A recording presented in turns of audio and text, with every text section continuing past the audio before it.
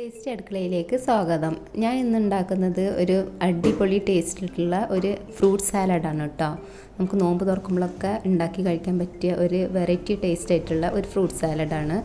ഇതിൽ ഫ്രൂട്ട്സും ഐസ്ക്രീമും ജാമും ഒക്കെ കൂടി ചേർന്നിട്ടുള്ളതാണ്. അപ്പോൾ തയ്യാറാക്കാൻ വേണ്ടിയിട്ട് ഞാനൊരു പാക്കറ്റ് പാലെടുത്തിട്ടുണ്ട്. ഒരു പാക്കറ്റ് പാലിൽ ഒരു 4 ടേബിൾ സ്പൂണോളം പാൽപ്പൊടി ചേർത്തിട്ട് വെച്ചിട്ടുണ്ട്. ഇനി അതിലേക്ക് ഒരു കപ്പ് വെള്ളം ഒഴിച്ചു കൊടുക്കുകയാണ്. 2 പാക്കറ്റ് പാൽ എടുക്കുന്നത് കേട്ടോ. പിന്നെ അതിന് മധുരത്തിന് ആവശ്യമുള്ള പഞ്ചസാര ചേർത്ത് കൊടുക്കുക. നല്ല മധുരം ഉണ്ടെങ്കിലാണ് ടേസ്റ്റ് ഉണ്ടാവുക, അപ്പോൾ അതിനനുസരിച്ചിട്ട് പഞ്ചസാര ചേർത്ത് കൊടുക്കുക. പിന്നെ മിൽക്ക് മെയ്ഡ് ചേർക്കുന്നുണ്ട്. മിൽക്ക് മെയ്ഡ് ഒരു ടിന്ന് മിൽക്ക് മെയ്ഡും 2 പാക്കറ്റ് പാലും 4 ടേബിൾ സ്പൂൺ പാൽപ്പൊടിയും 100 ഗ്രാമിൻ്റെ ഒരു പാക്കറ്റ് കസ്റ്റർഡ് പൗഡറാണ് കേട്ടോ ചേർത്ത് കൊടുക്കുന്നത്.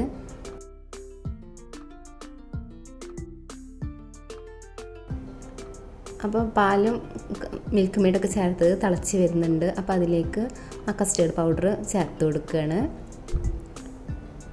അപ്പോൾ നന്നായിട്ട് തിക്കായി വരുന്നുണ്ട്. തിളച്ചപ്പോൾ നന്നായിട്ട് തിക്കായി വരുന്നുണ്ട്. അപ്പോൾ ഈ ഒരു അളവിൽ തന്നെ നിങ്ങൾ ഉണ്ടാക്കുമ്പോൾ ഈ ഒരു അളവിൽ തന്നെ ഉണ്ടാക്കി നോക്കണം, എന്നാലാണ് അതിൻ്റെ ശരിക്കുള്ളൊരു ടേസ്റ്റ് കിട്ടുള്ളൂ. പിന്നെ ഇതിൽ ചേർക്കുന്ന ഫ്രൂട്ട്സിൻ്റെ അനുസരിച്ചിട്ടാണ് ഇതിൻ്റെ ടേസ്റ്റിലുള്ള വ്യത്യാസം വരുന്നത്. അപ്പോൾ ഞാൻ ഇനി ഇതിലേക്ക് ഫ്രൂട്ട്സ് ചേർക്കാൻ വേണ്ടിയിട്ട് പൈനാപ്പിൾ വേവിച്ചെടുക്കുകയാണ്. അതിൽ പഞ്ചസാര ചേർത്തിട്ട് വേവിച്ചെടുക്കുകയാണ് കേട്ടോ. പിന്നെ കുറച്ച് സബ്ജ സീഡ് വെള്ളത്തിൽ കുതിർക്കാൻ വേണ്ടിയിട്ട് വെക്കുന്നുണ്ട്. ഇതിൽ മെയിനായിട്ട് ചേർക്കേണ്ടത് പേരക്ക, പപ്പായ, സപ്പോട്ട, അതൊക്കെ എന്തായാലും നിർബന്ധമായിട്ടും ചേർക്കണം, എന്നാലാണ് ആ ഒരു ശരിക്കുള്ള ടേസ്റ്റ്, ഈ ഒരു ടേസ്റ്റ് കിട്ടുള്ളൂ. അപ്പോൾ അതിന് വേണ്ടിയിട്ട് ഞാൻ ഇതിലേക്ക് മാംഗോ എടുത്തിട്ടുണ്ട്. പിന്നെ കറുത്ത മുന്തിരി, പച്ച മുന്തിരി കുരു ഇല്ലാത്തത് കേട്ടോ. പിന്നെ പേരക്ക എടുത്തിട്ടുണ്ട്, അനാർ എടുത്തിട്ടുണ്ട്. അത് നിങ്ങൾക്ക് ഈ ഒരു ഇത്രയും അളവിൽ ഉണ്ടാക്കണമെങ്കിൽ ഇത്രയും ഫ്രൂട്ട്സ് ആവശ്യമാണ്, അത്രയും ചേർത്ത് കൊടുക്കുക. പിന്നെ സപ്പോട്ട എടുത്തിട്ടുണ്ട്, ആപ്പിൾ എടുത്തിട്ടുണ്ട്, ഈത്തപ്പഴം എടുത്തിട്ടുണ്ട്.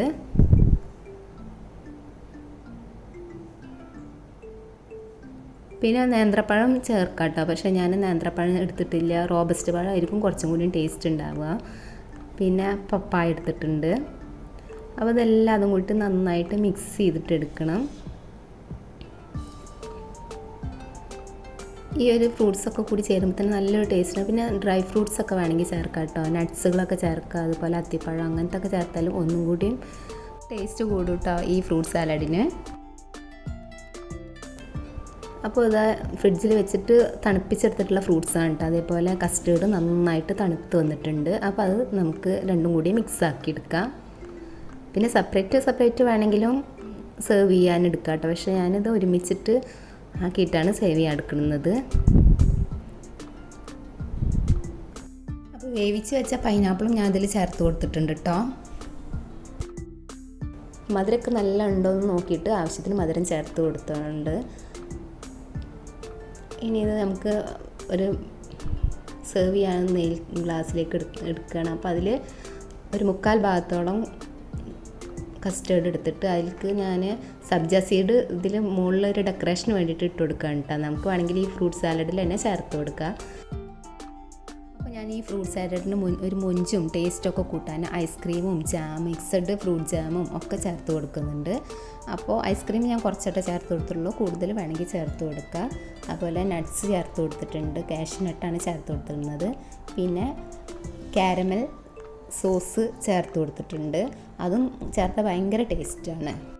കാരമലൈസർ സിറപ്പും ചേർത്ത് കൊടുത്തിട്ടുണ്ട്. വേണമെങ്കിൽ മിൽക്ക് മെയ്ഡും മുകളിൽ വേണമെങ്കിൽ ചേർത്ത് കൊടുക്കുക. ഇതൊക്കെ കൂടിയിട്ട് മിക്സ് ആക്കിയിട്ട് കഴിക്കുമ്പോൾ ഒരു ഭയങ്കര അടിപൊളി ടേസ്റ്റ് തന്നെയാണ്. ഇത് കഴിച്ചവരൊക്കെ നല്ല സൂപ്പർ എന്ന് പറഞ്ഞിട്ടുണ്ട്.